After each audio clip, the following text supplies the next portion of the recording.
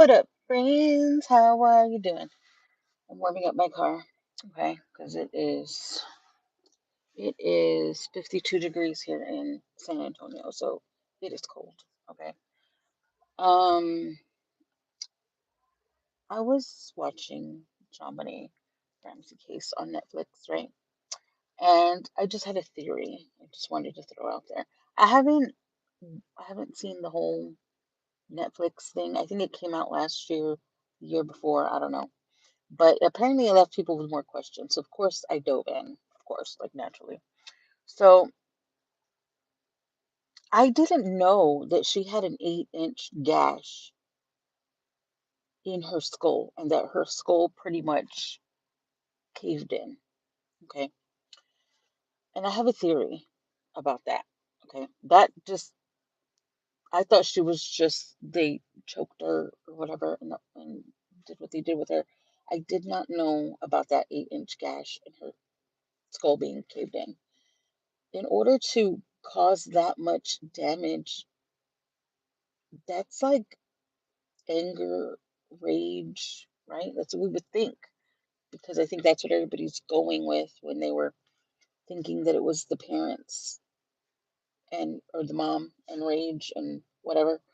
And because how did she get that gash in her head? If somebody broke into their house or whatever, and set them up and planned this and everything to assault her, normally those types of people aren't killers. They're not murderers. They do what they do and they leave. Um, and that's it, right? Um, I don't know. That's what I normally see. But when I saw the picture of the suitcase next to the window, which is a high up window in the basement where they ended up, I believe, finding her in the basement, I was like, what if they were trying to remove her from there? Because okay, the tie that they put around her neck was to kill her slowly, right? Was to get her to come here, I'm choking you, or whatever they're doing. Come this way, right? And they lead her down to the basement and have her step on the suitcase to try and get out of the basement window, because I think there's probably more than one person. How can all this stuff be going on and nobody hear anything? I know it's a huge house, but that's fucking wild to me. That's wild to me. So they hoist her up on this suitcase to try to get her out, right? Because I believe there's somebody on the outside. In my theory, I don't know. I don't know, or maybe they were alone. I don't know. Um, and she falls from the window down, 'cause she's a little girl. She's not gonna know how to climb out of anything. She's a little princess. Remember that, okay? So she falls down, cracks her head open, and they freak out because what, this wasn't the plan. The plan was just to take her and just to molest her, assault her, whatever. Um, and they didn't know how to cover it up. They didn't know how to cover it up, and that's where the ransom note comes, right? They don't know which one killed her, if it was the gash or if it was the throat.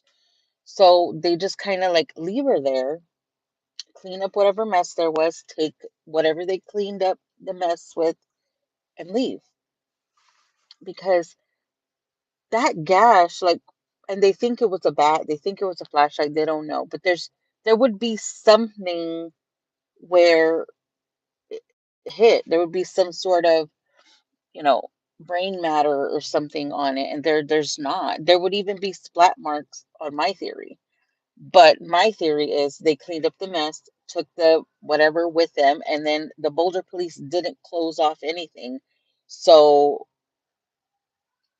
or was it Boulder police? Yeah, Boulder police. didn't close anything off, so it was contaminated from this, so they never closed off the scene, So that's my theory, okay? Because the two just don't go together. They just don't go together. Um, Somebody that's gonna assault a child and somebody that's gonna murder one. Like it just does not go together. Like one or the other. Like, you know? Um, it might have been like an older man, maybe not as tall. That's why he needed the suitcase to hoist her up. Um, I just think there's more to that suitcase. And I don't know. Anyways, I'm gonna finish watching it. I'll come back with another theory, okay? Have a good day. Bye.